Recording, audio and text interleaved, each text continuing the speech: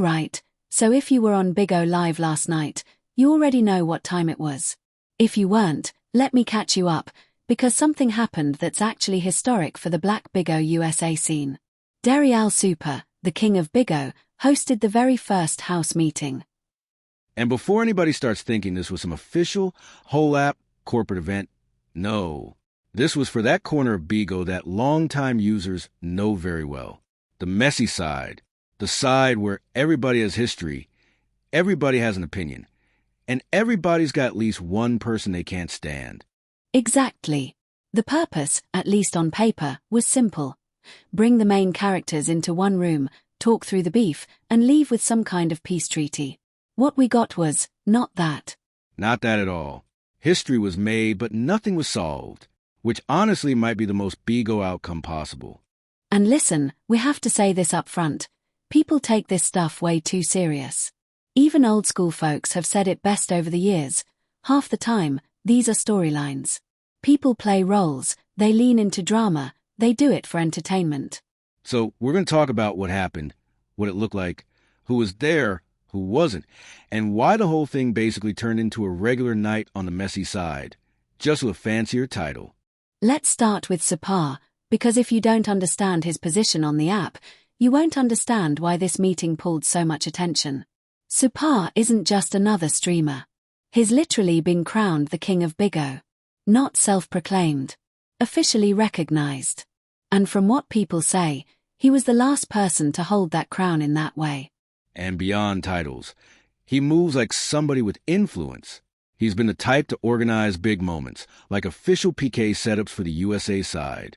So when he says, "We're doing a house meeting," people don't treat it like a casual live. They treat it like an event. Now, the guest list is where you really felt the magnitude. That room had names that, if you've spent any time on that side of Bigo, you've definitely heard before. SUPA was hosting, obviously. You had Tommy K in there. Aaliyah, the doll pulled up. Boss Man. Big Chima is diverse and OG. Gucci. Trap. CC. Pumpkin. KOB came through. And that matters because there's history there with Tommy K. You also had Big Papi in the mix, at least for a little while. Sham Bam made an appearance too, and I've got to give her credit right now before we get into the chaos. She came in, said what she had to say, and she wasn't dragging anyone. That was refreshing because she had that rare energy of, I can speak my truth without ripping everybody apart. She even gave people props where it was due. Then she kept it moving. There were some newer faces too. Dottie and Ruby both came around, but they didn't last long in the room. Madame Lowe popped in briefly and then left on her own. Messy Call Her appeared but didn't stick around. And then you had Pablo Niero. Pablo is one of those names that may not be the biggest broadcaster, but somehow he's always present. He understands the ecosystem. He knows how to show up where the mess is and make sure people remember he was there. And we should mention moderators were in there too, some OG types. We're not listing mods name by name, because that's a guaranteed way to forget somebody and start a whole new argument. Now let's talk about the people who didn't show up, because the no-shows were loud. Everyone knew this house meeting was happening. So if you weren't there, a lot of folks are reading that as a decision. Right. Maybe you didn't care. Maybe you didn't like who was hosting. Maybe you don't get along with certain people in the boxes. Or maybe you felt like the whole thing was a setup. But there were several major names missing. Some people have moved on, like Dre Baby, who's more on TikTok now. Some big personalities just weren't present. Trina B, Empress Paris Kiki, 21, who's huge and had already hinted she probably wasn't coming.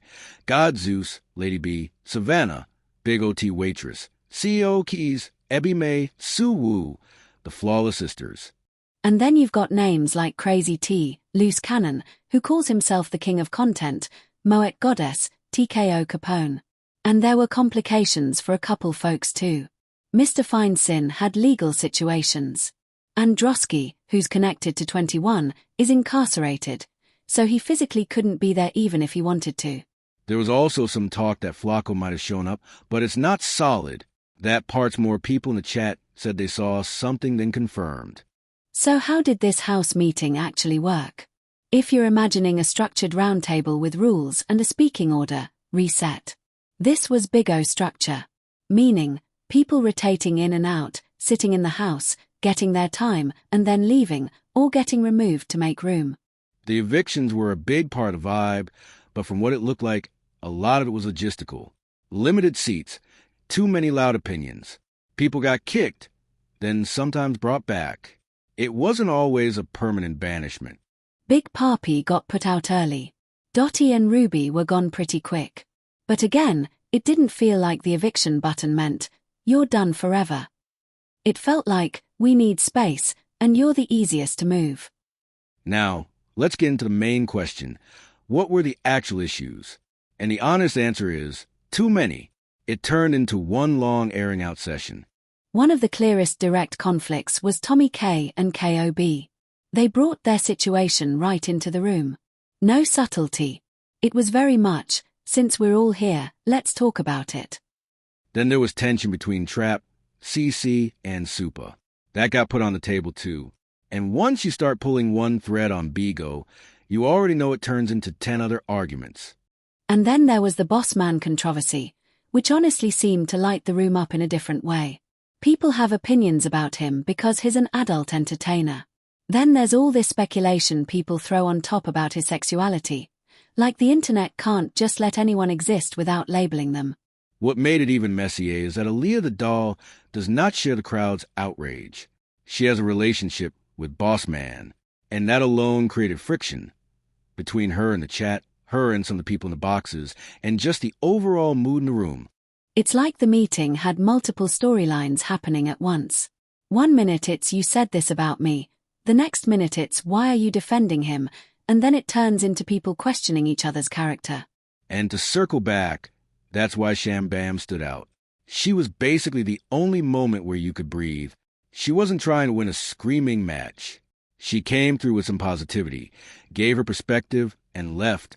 So was it fun to watch? That depends on your tolerance. If you don't like conflict, it probably felt stressful. If you like messy Bigo drama, you were probably locked in like it was a season finale. It wasn't necessarily pleasant, but it was watchable. There were moments where you could tell people were performing for the audience, and moments where you could tell, no, this is real bitterness. That mix is what keeps people glued to the screen. Now here's the part that made everyone summarize the event the exact same way. It did not accomplish the mission. Not one major issue got wrapped up neatly. If anything, some old wounds got reopened. People argued, got removed, came back, argued again, and then dipped. That's not conflict resolution.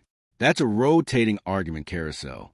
And after it ended, the community started asking the question people always ask about Big Bigo events. Was this really about peace, or was this about engagement? The bean grab conversation started immediately. Like, was this just a smart way to drive traffic, bring in gifts, boost views, and get everyone talking under the label of community meeting? To be fair, there are also people who think SUPA's intentions were real. Like he genuinely thought, if I get the main people in a room, we can settle this. But the messy side has huge personalities, big egos, and years of built-up tension. And that combination doesn't magically turn into peace because somebody calls it a house meeting. If anything, putting them all together in one place was like tossing a match into a room full of gasoline and then acting surprised when it got hot. So what's next? That part is unclear. SUPA didn't give some clear schedule like, we'll do this monthly, or every quarter, or next week. Nothing like that.